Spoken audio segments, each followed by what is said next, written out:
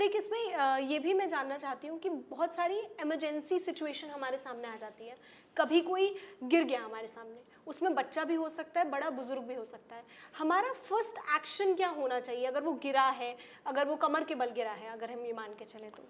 अगर कोई कमर के बल गिरा है तो सबसे पहले जब हम उसको स्टेबल करके उठा के कहीं लिटाते हैं तो हमें 3 चीज़ें बेसिकली देखनी होती है। पहला ये कि पैर हिल रहे हैं कि नहीं। बेसिकली अगर कमर में कोई फ्रैक्चर हुआ है जिसमें नस दब गई तो पैर का मूवमेंट कम हो जाता है। दूसरा हमें देखना होता है पैर में कहीं पे सुनपन या भारीपन तो नहीं है, वो भी नर्व इंजरी को दिखाता है।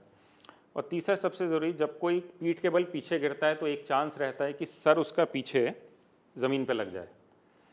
तब उस सिचुएशन में हम ये देखते हैं कि जब पेशेंट होश में आया या अगर होश में ही थे तो उल्टी तो नहीं हो रही है, सर दर्द तो नहीं कह रहे हैं, आंखों के सामने उनको कलरफुल डॉट्स तो नहीं दिख रहे हैं। इस तरह की हम चीज़ें देखते हैं। तो बेसिकली अगर किसी को कोई गिरा है, कमर में चोट लगी है, एक तो हमें उसके साथ में हेड इंजरी देखनी चाहिए।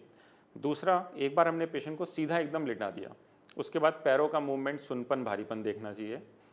एक चीज़ इसके सिवा और होती है जिसको हम थोड़ा लेट देख सकते हैं, वो ये कि अगर कोई गिरा है, कमर में बहुत सीवियर दर्द है, क्या वो अपने आप से यूरिन पास कर पा रहा है कि नहीं। क्योंकि अगर कभी पेशेंट अपने आप से गिरने के बाद यूरिन पास नहीं कर पा रहा या मोशन का नहीं बता पा रहा है, इसका मतलब कभी कभी स्पाइन में ऐसी जगह पे फ्रैक्चर हो गया है जहाँ से कि यूरिन और मोशन की नर्व्स जाती हैं। तो वो एक सिचुएशन थोड़ी इमरजेंसी हो जाती है जिसके लिए हमें कभी कभी तुरंत सर्जरी भी करनी पड़ती है।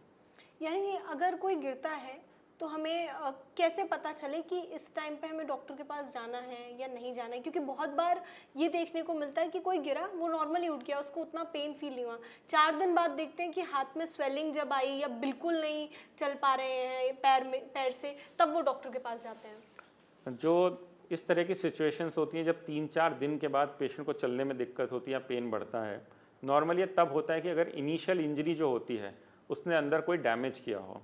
जैसे अगर इनिशियल इंजरी से नर्व डैमेज भी हुई है लेकिन इतनी नहीं है कि पेशेंट को चलने में दिक्कत हो, तो उस सिचुएशन में 2 से 3 दिन बाद पेशेंट कहता है कि कमर का दर्द भी बढ़ रहा है और पैर में सुनपन भी आ रही है।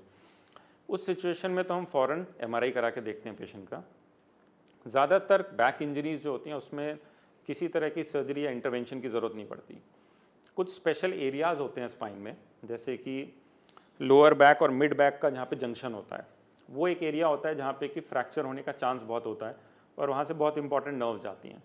तो अगर हमने एक्सरे MRI किया और वहाँ पे फ्रैक्चर आया है, नर्व भी दब रही है और पेशेंट को सिम्टम है कि पैर में सुनपन है या भारीपन है, तो उस सिचुएशन में फिर फ़ौरन आपको डॉक्टर को दिखाना चाहिए। हो सकता है सर्जरी की भी ज़रूरत पड़े, बट एटलीस्ट उस सिचुएशन में डॉक्टर की ओपिनियन लेना बहुत ज़रूरी है। अगर आपको हमारा ये वीडियो पसंद आया तो हमारे चैनल को सब्सक्राइब करना ना भूलें और ज़्यादा से ज़्यादा शेयर करें।